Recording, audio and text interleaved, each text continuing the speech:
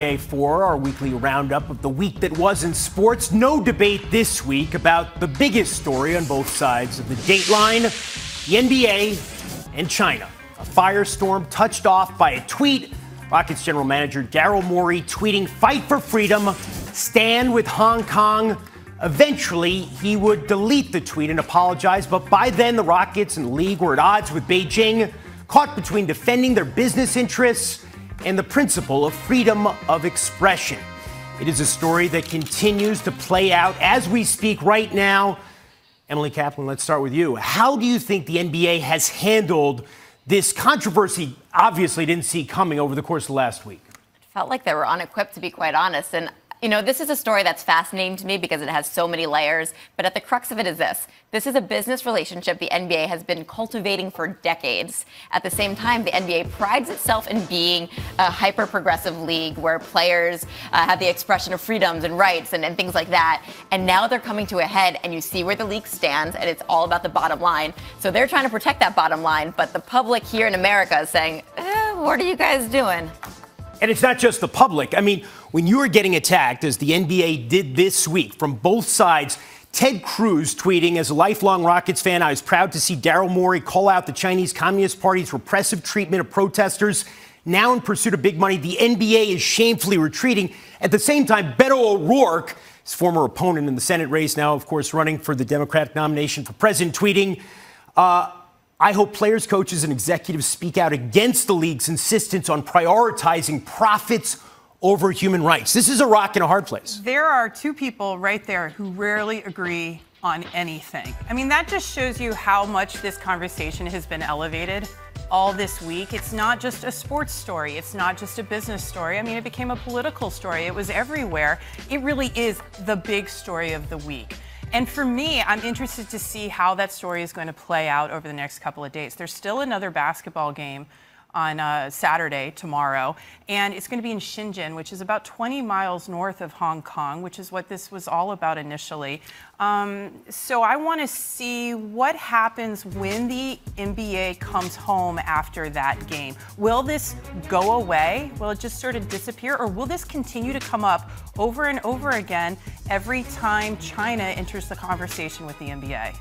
Well, when you talk about the potential revenue involved here that we know about and future earnings that the NBA could have from this relationship, clearly this is not a story that's going to go away. I don't think anybody thinks that the issue is going to just kind of disappear. Now, once the league starts playing, we know how the NBA is. There are a bunch of stories that will come up, but this is something that is always going to be present, if not on the front burner, in the background. And now we should say it seems as if from the Chinese perspective, the official government perspective, they are de-escalating this fight right now. They're taking some of the inflammatory headlines off of their state websites. They are, it seems now, interested in disengaging from what has really blown up into an international crisis of sorts over the last week.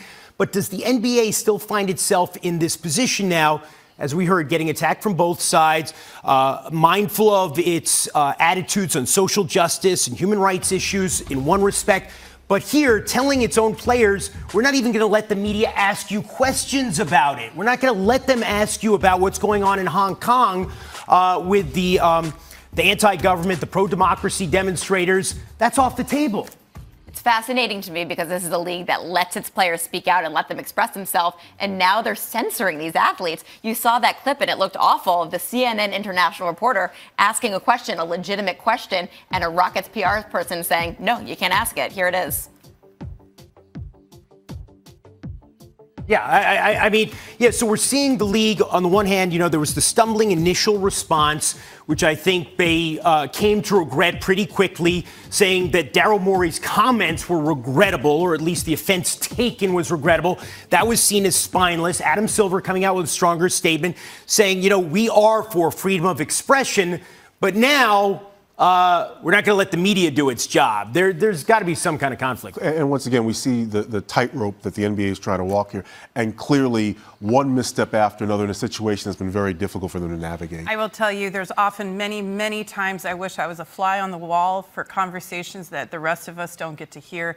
This week, all week, I wish I could have been there sitting next to Adam Silver watching what was going on. I'm sure that it was a tough week in many respects for Mr. Silver. Now, staying on basketball, but moving back to the United States, stateside, we have our media availability of the week. If you didn't see this, Sierra Canyon High School in Los Angeles, there are a couple of players on the team whose fathers are somewhat prominent in the game. Dwayne Wade's son plays for Sierra Canyon.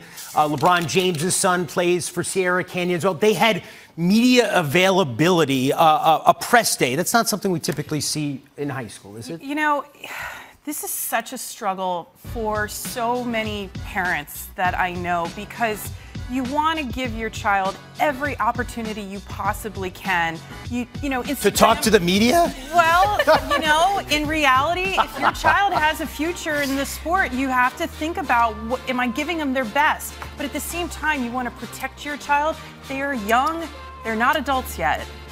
Well, and we know that there's a whole industry around prep sports. And the reality of it is there are many kids on that team who, not just their fathers, they're also very talented players who are probably going to go to get college scholarships, possibly go, to the NBA. So I think that we're just at a point right now we have to accept that a school like this, there are going to be people who want to talk to these kids and people in our industry. It's kind of surprising he doesn't have more. I was at Kobe Bryant's press conference where he announced he was taking his talents to the NBA. People forget, I think he had that term before LeBron did when he came out of Lower Merion. It's interesting in some respects. We don't see it more, how big high school sports are now. At least it's in a controlled environment, right? If the reporters want to come talk to them, at least they can control it and have them right there. But it does seem like it's putting a little too much pressure on these kids. You hope someone's really taking care of them. There's an adult in the room watching over them in these situations. Yeah.